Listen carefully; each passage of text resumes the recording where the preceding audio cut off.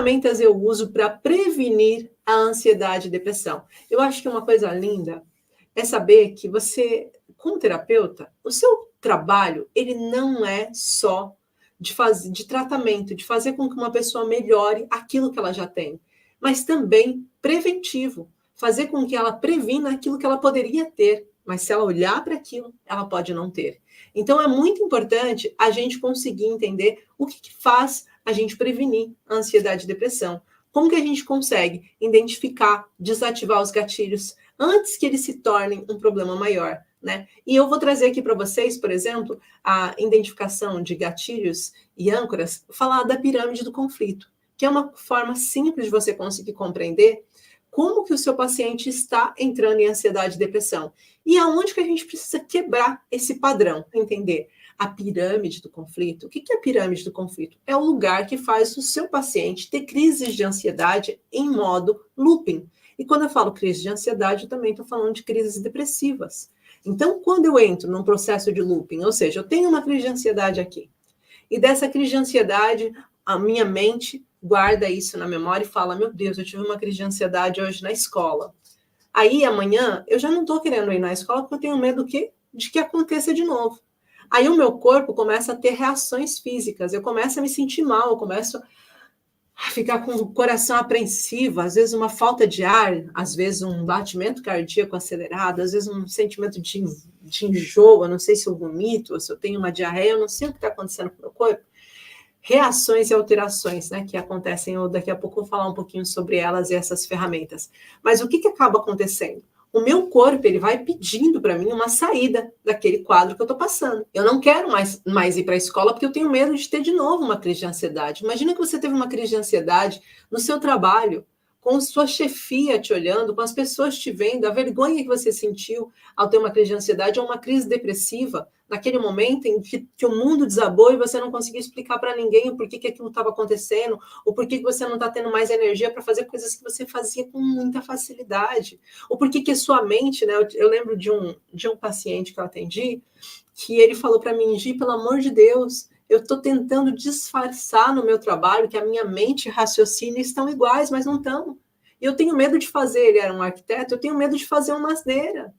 Tá fazendo o desenho de alguma coisa e não perceber, e um cálculo errado, e aquilo e tudo por água abaixo. E alguém olhar e ver o que eu fiz de errado. Eu estou tentando disfarçar a mente minha, está desfragmentando a minha mente, meus pensamentos estão longe, eu não consigo me concentrar.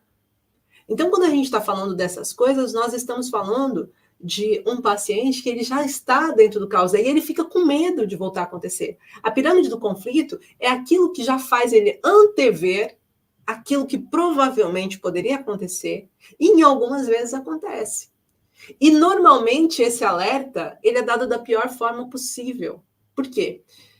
Eu penso que eu vou ter uma coisa e o meu corpo reage como se eu já estivesse tendo aquela coisa. Então, começa a acontecer dessa forma. Ou seja, o que está acontecendo? Eu tenho uma situação que eu passei que foi difícil emocionalmente, que eu vivenciei um trauma emocional. Esse trauma emocional ficou alojado no meu cérebro e pode ficar alojado durante anos.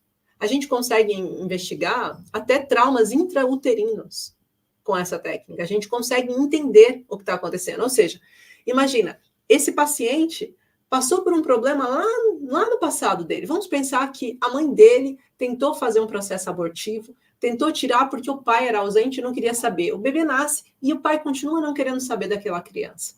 E ele cresce com esse sentimento de rejeição, achando que ninguém ama ele, que ninguém aceita ele. Quando ele cresce e vai para a escola, vamos pensar nos 7 anos dele, ele entra numa turma em que todo mundo tem um núcleo muito forte e ele não pertence a esse núcleo. Ele se sente novamente rejeitado.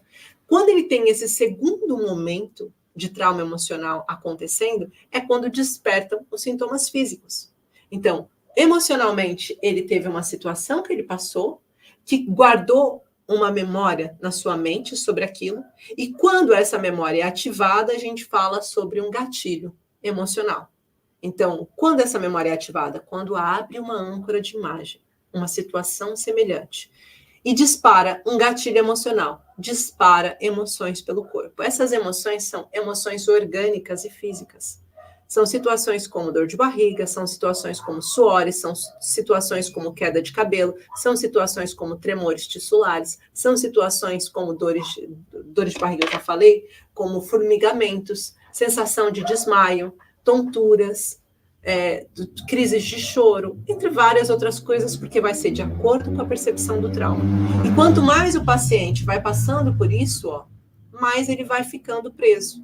E aí, quando você vê o seu paciente que começou a ter crises de ansiedade com 7 anos de idade, no caso que eu dei aqui, ele continua tendo volta e meia crises de ansiedade cada vez mais intensos, e hoje ele é um adulto com 32 anos que tem crises de ansiedade quase todos os dias e não consegue fazer coisas que antes ele fazia com facilidade. Vocês conseguiram compreender o que é a pirâmide do conflito? O Rui falou, o trauma pode passar até as 5 gerações. Salvo erro, fica preso no subconsciente.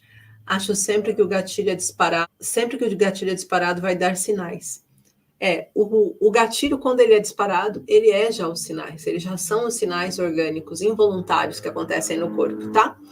Então, o que eu quero trazer aqui para vocês é essa questão de vocês conseguirem compreender que quando a gente está falando de prevenir a ansiedade e depressão, se você não conhece o que são traumas emocionais, se você não sabe que existem âncoras de imagem, você não consegue identificar qual é a âncora de imagem que pode acontecer com o paciente, e a depressão também, fica muito mais difícil. E sim, existem exercícios que podem trazer para você uma desvinculação disso se tornar uma ansiedade ou depressão. Vamos imaginar aqui que você que está me assistindo, a Cláudia Ribeira, a Vânia Moraes, a Neuslene, a Ama Bissal, a Zelaim, o Rui, a Cássia, o Vaspes, a Leonor, a Lúcia, vocês que estão assistindo, que vocês olhem e falem assim, eu não tenho ansiedade, nem tenho depressão, e eu não quero ter. O que a gente precisa entender? Como que a ansiedade e a depressão chega para um paciente? Através dos traumas emocionais. E existem 2 tipos de trauma emocional apenas, impacto e acúmulo.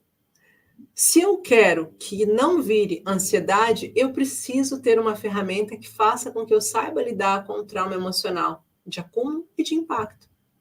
Acúmulo é aquilo que vai acontecendo sempre, repetidas vezes, são como várias gotinhas de água do oceano. Você olha o oceano, é um oceano só, mas são várias gotas de água que estão ali dentro.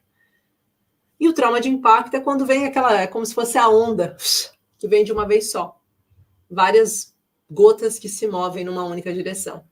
Então, se você sabe lidar com os traumas emocionais e não deixa eles se desenvolverem, né? Se você desenvolve, ou se você tem uma ferramenta que possa fazer com que o seu paciente, assim que ele perceba que ele passou por um trauma emocional, ou seja, passei por uma situação de divórcio difícil, a gente vai ter um processo de luto do divórcio. Mas a partir do processo de luto, a gente já começa a trabalhar com a prevenção. A gente começa a falar para ele o que ele deve fazer para que aquilo não vire um acúmulo, ou não vire algo com impacto ainda maior